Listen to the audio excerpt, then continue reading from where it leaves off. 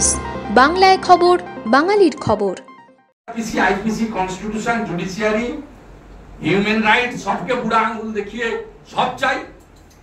29টাতে শান্তি নেই, ওনার আরো 13টা চাই, 42টাই ওনাকে দিতে হবে, 294টাই ওনার চাই, সবাইকে ওনাকে দখল করতে হবে।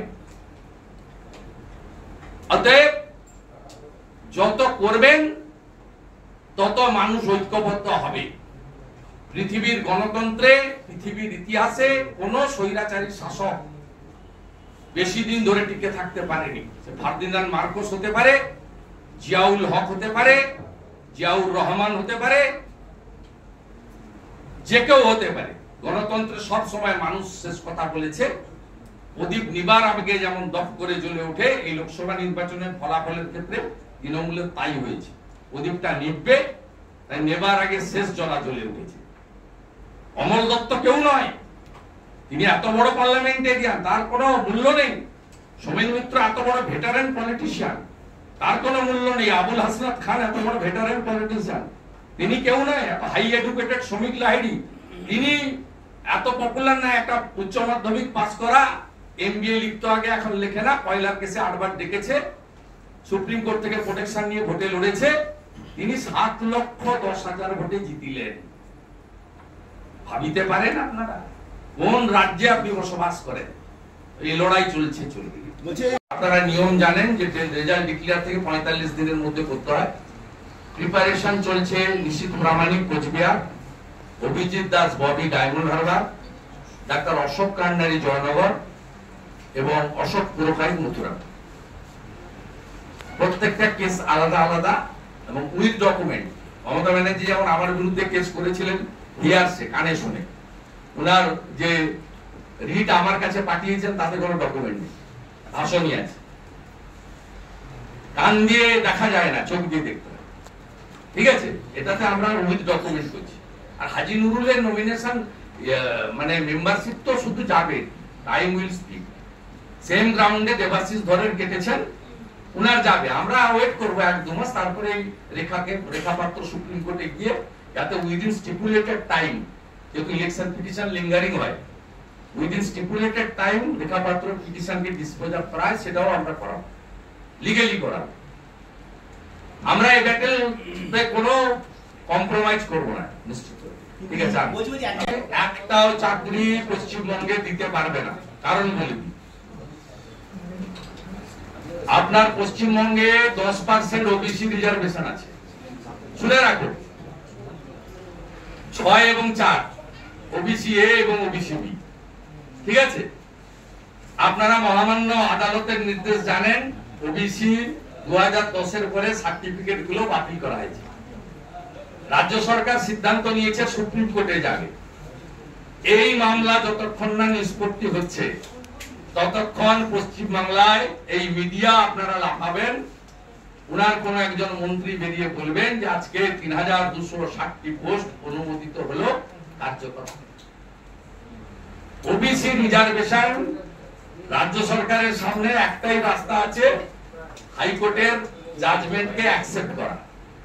হাইকোর্টের জাজমেন্ট যদি অ্যাকসেপ্ট করেন, তাহলে 2010-এর পরে ওবিসি সার্টিফিকেট যারা আছে তারা ওবিসি রিজার্ভেশনে, জেনারেলে পারবেন কম্পিটিশনে, ওবিসি রিজার্ভেশনে তারা অ্যাপ্লাই করতে পারবেন না চাকরিতে। আর রাজ্য সরকারের স্ট্যান্ড নির্বাচনী প্রচারে মুখ্যমন্ত্রী বারে বারে বলেছে যে ওবিসি রিজার্ভেশন নিয়ে হাইকোর্টের রায় আমি মানি না, মানি না, মানি না।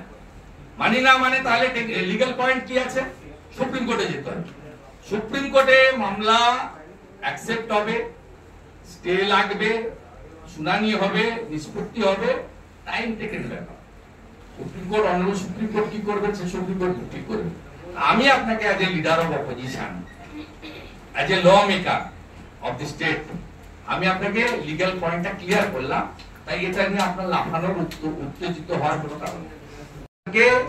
যে তথ্য রাজ্য সরকার সরবরাহ করছে, এই তথ্য সম্পূর্ণ বিকৃত এবং এই তথ্যের সঙ্গে বাস্তব সত্যের কোনো সম্পর্ক নেই।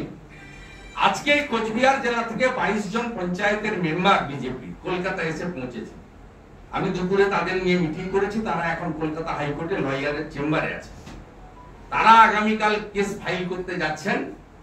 কোন পঞ্চায়েত মেম্বার, প্রধান, উপপ্রধান গ্রাম পঞ্চায়েত অফিসে ঢুকতে পারছেন, এবং যারা ঢুকছে তাদেরকে পুলিশ এসে তুলে নিয়ে গিয়ে কোচবিহার জেলা অফিস থেকে জয়েন করাচ্ছে।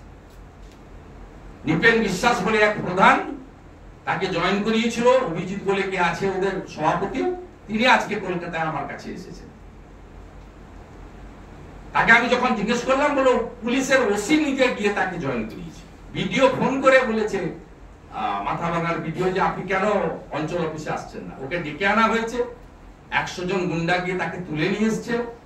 পুলিশ তাকে নিয়ে গিয়ে জেলা বিজেপি, জেলা টিএমসির অফিসে ঢুকিয়ে দিয়ে এসছে, সেখানে জেলা সভাপতি পতাকা ধরিয়েছে। সেই পঞ্চায়েতের উপপ্রধানকে কালকে জয়েন করিয়েছে। আমি ওনাকে ফোন করলাম, বলে আমি কি স্বেচ্ছায় গেছি নাকি? দাদা, আমি স্বেচ্ছায় যাইনি। আমার বাড়িতে অসুস্থ শাশুড়ি আছে, যেভাবে বাড়িতে এসে টর্চার করছে, তাতে আমার এইটা করা ছাড়া উপায় ছিল না। আমি আপনাদের সঙ্গে ছিলাম, আছি, ভবিষ্যতে। এই পরিস্থিতি পশ্চিম বাংলায় চলছে। রক্ষক ভক্ষক, আজকে কলকাতা হাইকোর্টের ডিভিশন বেঞ্চ পোস্টপোল ভায়োলেন্স মামলায় যে মন্তব্য করেছেন, যে অর্ডার দিয়েছেন, এরপরে এদের মুখ দেখানো উচিত নয়। আমি আরেকটা মামলা করেছিলাম, আজকে হিয়ারিং হয়েছে সিঙ্গেল বেঞ্চে, নন্দীগ্রামে। যেহেতু কিছুতেই আমাকে হারাতেও পারছে না, আমার এলাকায় ব্যাপক জয় হয়েছে বিজেপি। 16টার মধ্যে 15টা বিধানসভায় লিড, 2টো লোকসভায় আমরা জিতেছি। 1956 লিড বেড়ে 8200 হয়েছে আমার কনস্টিটিউয়েন্সিতে।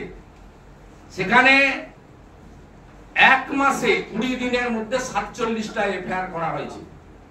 একটা লোক লিখেছে, বসিরউদ্দিন বলে লোকলা, এবং তারা কেউ টিপ দেননি, সবাই সই করেছেন, অথচ লিখিয়েছেন একই বয়ান। আর 32 জন আসামি সবগুলো কেসে সমান, সব কেসে 32 জন কমন, 47 কেসে। ভাবতে পারেন কোন রাজ্যে আপনি আছেন? আমাদের খবরগুলি নিয়মিত দেখতে চ্যানেলটি সাবস্ক্রাইব করুন এবং বেল আইকনটি ক্লিক করুন।